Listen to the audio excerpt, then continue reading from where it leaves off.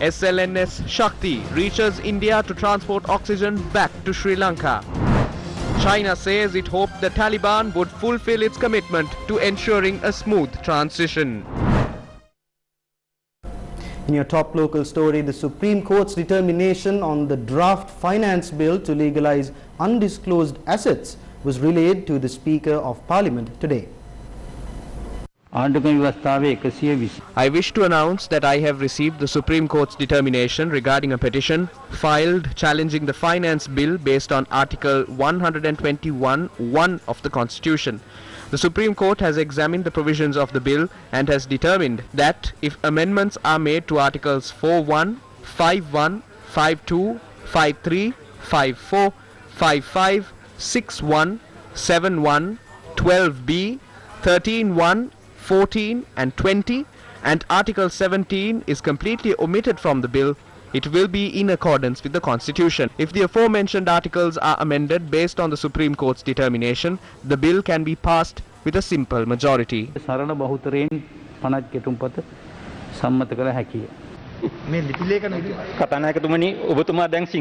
Honourable Speaker, the announcement you made in Sinhala was given to us in English. This matter arose in Parliament previously when the Supreme Court's determination on the 20th Amendment had been provided in English. It was the same regarding the Port City Economic Commission Bill. This is a violation of the Constitution and also goes against the privileges of parliamentarians. Please provide us with a legitimate document in Sinhala instead of saying you cannot be responsible for it, like you said, over the Sinhala version of the April 21st tax report.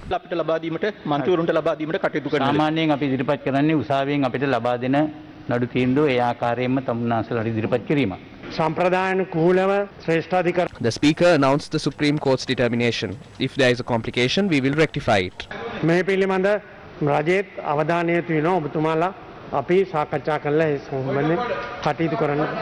The COVID-19 Special Provisions Bill was tabled on the 6th of July. This was only available in English. Most of these provisions mention a two-thirds majority or a referendum. The 13th provision of the standing orders very clearly states it is a privilege of a member to request a certain document in a language he is fluent in. Why is the government involved in clandestine operations amid the COVID-19 pandemic? Please stop these games of the Minister of Justice and provide this in Sinhala. ආණ්ඩුව ගහන්නේ මේ කොලේ අතර දාලා. අධිකරණ ඇමතුමා ඒ ගහන game නතර කරලා කරුණා කරලා මේක සිංහල භාෂාවෙන් දෙන්න කියන ඉල්ලීම කරනවා. කරු කතානායකතුමනි පාර්ලිමේන්තු සම්ප්‍රදාය තුල Based on parliamentary tradition, this document should be available in all three languages. The Minister of Justice hosted a party for the bar and that too was accepted. Thanks to the Supreme Court, this mentions either a two-thirds majority or a referendum must be held. There are many dangerous provisions included in this COVID-19 bill. We cannot let this slip away. Afford the opportunity for the people to peruse this.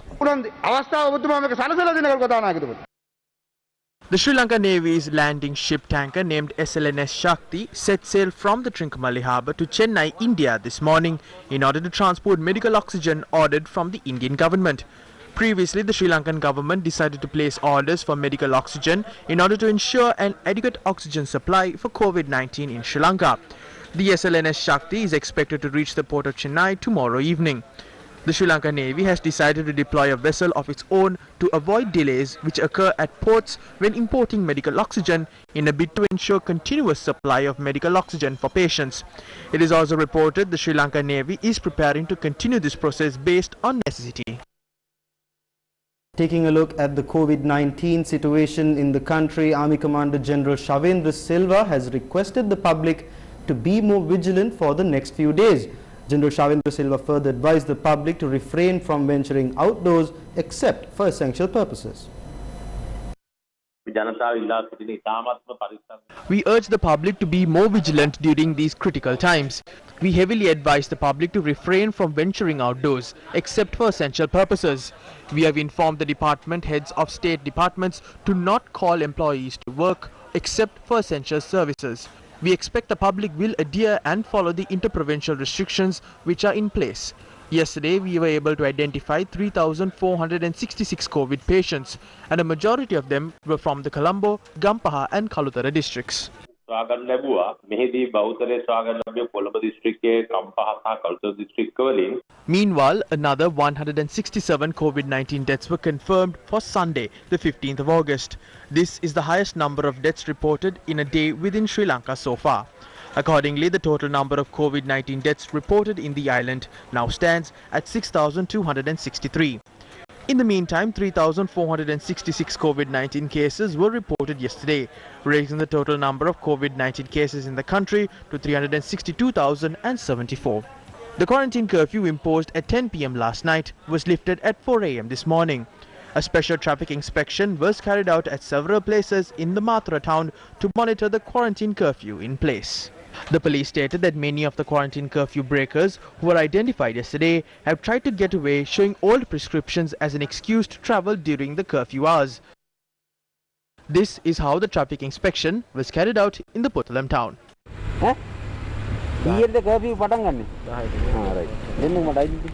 Traffic inspections were also carried out in the Kalutara town.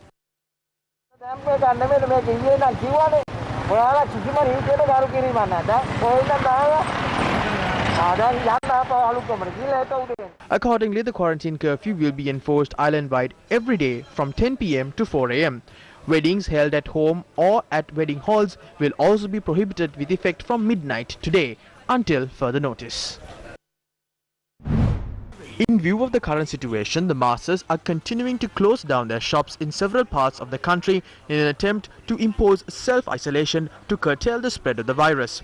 Accordingly, the Batapola town was closed for a week from today based on a decision made by the Batapola Industry Services and Trade Association. All shops in Diulapitiya and Baduragoda have been closed for a week as well.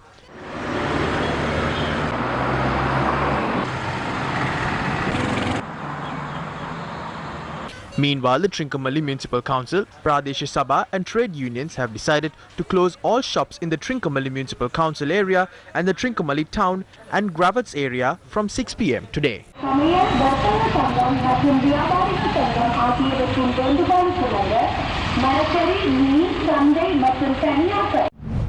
With the current COVID-19 situation in the country, a decision has been made to extend the tenure of coroners on duty. Accordingly, the tenure of the coroners who are currently serving on a permanent and temporary basis will be extended until the 31st of December this year.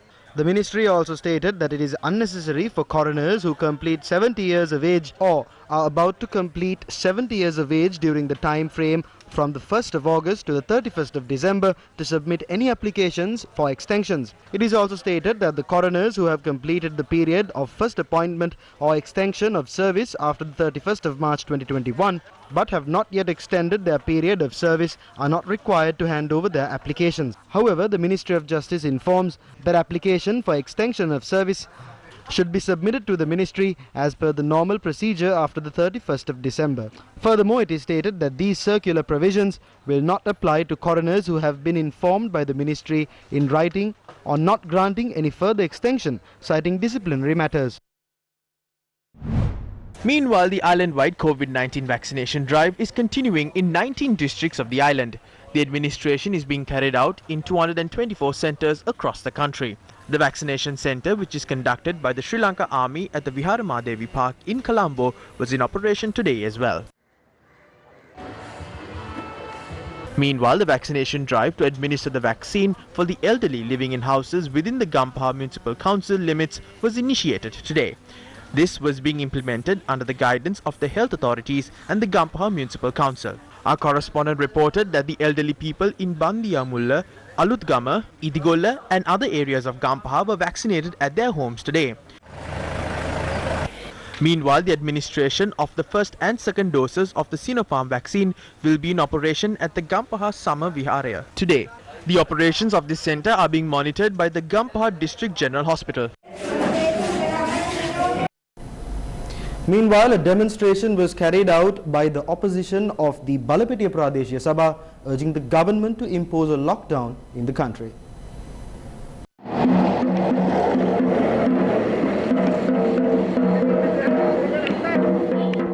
Leader of the opposition at the Balapitiya Pradesh Sabha, W. Senarath, and several other members of the opposition participated in the demonstration.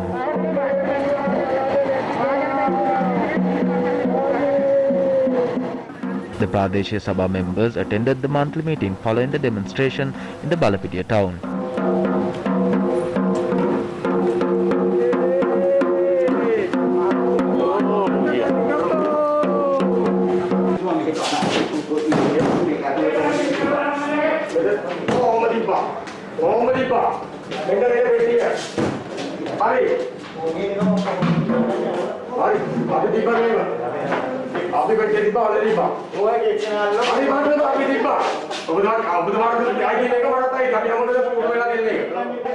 However, the chairman of the Pradeshya Sabha, Samantha Silva, opposed the demonstration carried out by the opposition.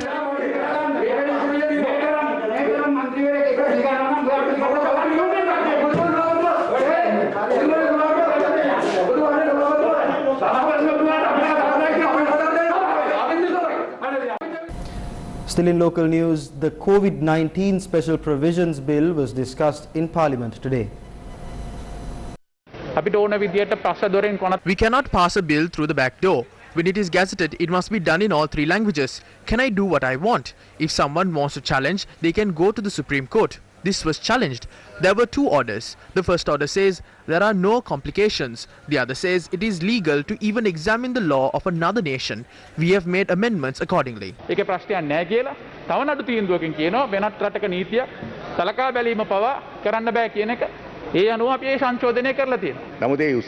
How are we to go through this order if it is unavailable in Sinhala? We need it in Sinhala.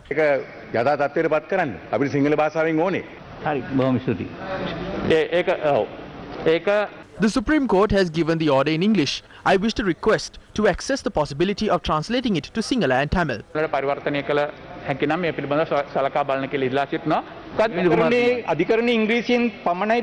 That is not an answer. We have the right to be informed in our mother tongue. We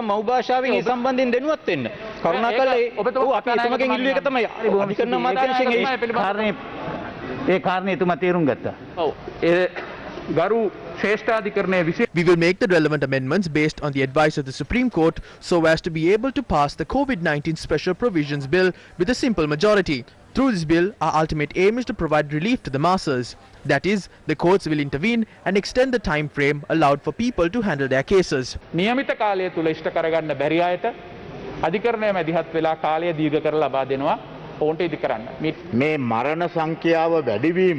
terms of COVID-19, we are 15 times worse off than India. But the true details and statistics of the virus are not being revealed. Who is altering those? Newspapers say it is a certain Major General. The actual death rate of around 180 is reduced to about 150. පුවත්පත්වල කිව්වා එක්තරා major general වරයෙක් කියලා. ඒතකොට 180ක් විතර තියෙන මරණ 150කට විතර බස්සනවා ඒගොල්ලෝ. මේ පුදුම සෞඛ්‍ය අමාත්‍යාංශ. A magnitude 5 tremor has been reported in the Indian Ocean south of Sri Lanka. Chairman of the Geological Survey and Mines Bureau said the tremor had occurred at around 6:43 last evening. He said, however, the tremor reported 1,200 kilometers south of Sri Lanka had no impact on Sri Lanka. In more local news, a fire erupted at a 4-story shopping complex along Makala Road in Kiribati. The fire caused severe damage to a branch of a private leasing company located on the first floor of the mall. Police said 12 people, including children, were rescued from the mall at the time without sustaining any injuries. The fire broke out on the first and second floors of the mall. Our correspondent noted that the fire destroyed all property, including documents of the private leasing company branch located on the first floor of the mall.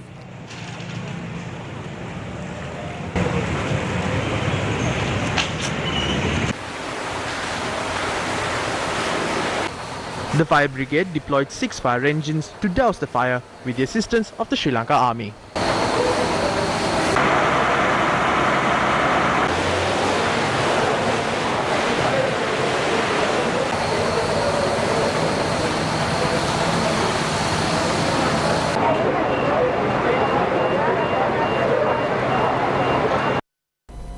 A new extraordinary gazette notification has been issued revising the scope of ministries by President Gotabaya Rajapaksa.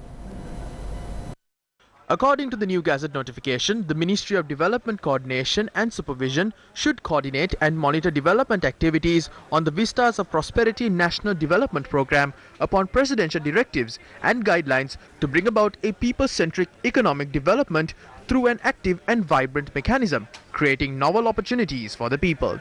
In addition, the Ministry of Development Coordination and Supervision should direct all officials at the divisional levels, including district secretaries, divisional secretaries, and heads of other institutions, to expedite the implementation of President's instructions and directives on issues and problems raised by the people during the discussion with the village program.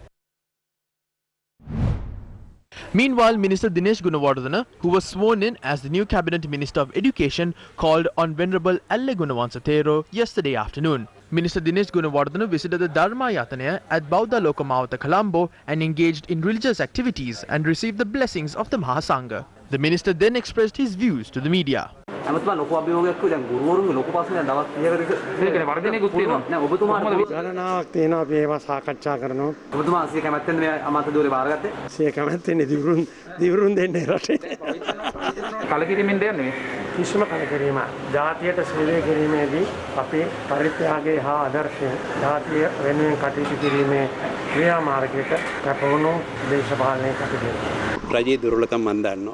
I know the weaknesses of this government. There is no point in us blaming them.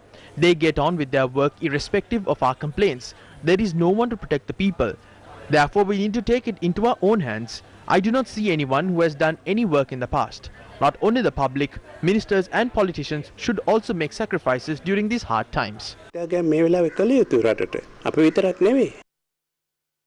more local news, the All Ceylon Ports Public Employees Union has submitted a letter to President Gotabaya Rajapaksa requesting that the decision to transfer 13 acres of land owned by the port to a Chinese company be rescinded immediately.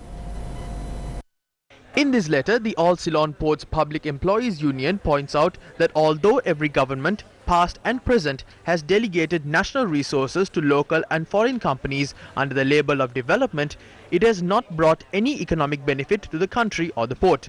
They point out that although the previous government promised to take back the national resources that were sold, it is unfortunate that all governments that came into power have sold the remaining resources to other countries in a reckless manner.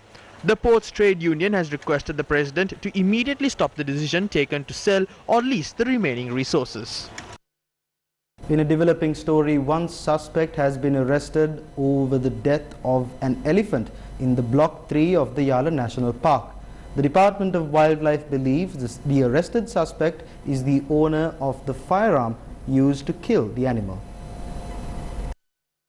3 investigations are currently underway over the killing. Accordingly, the Department of Wildlife and Police are conducting 2 separate investigations, while a joint investigation is also taking place. Relevant investigations are being held, considering this as a wildlife crime under the supervision of an Assistant Director of Wildlife. The matter has been reported to court and an autopsy has also been completed. The Director General of Wildlife stated that the final action in relation to the carcass will be performed based on court orders. The Department of Wildlife noted information revealed thus far confirms the elephant had been shot and killed. It added the arrested suspect will be produced to court today.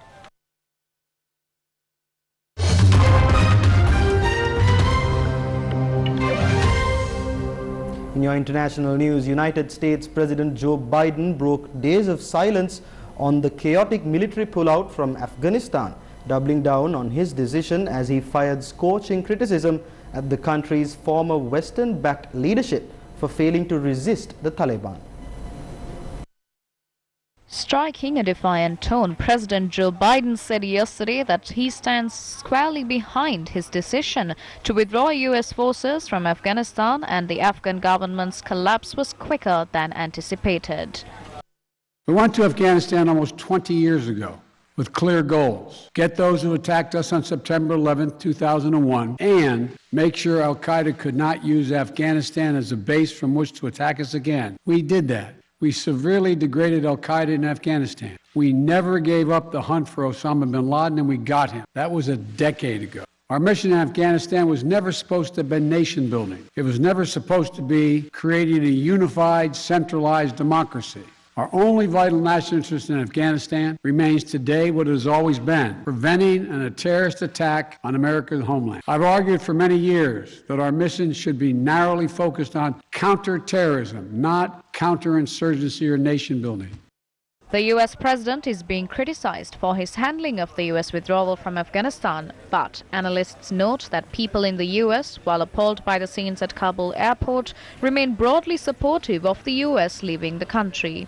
According to the Costs of War project at Brown University, since 2001, the U.S. has spent $2.26 trillion in Afghanistan. Yesterday, U.S. Major General Hank Taylor told reporters at the Pentagon that Kabul airport is open again after flights were suspended earlier.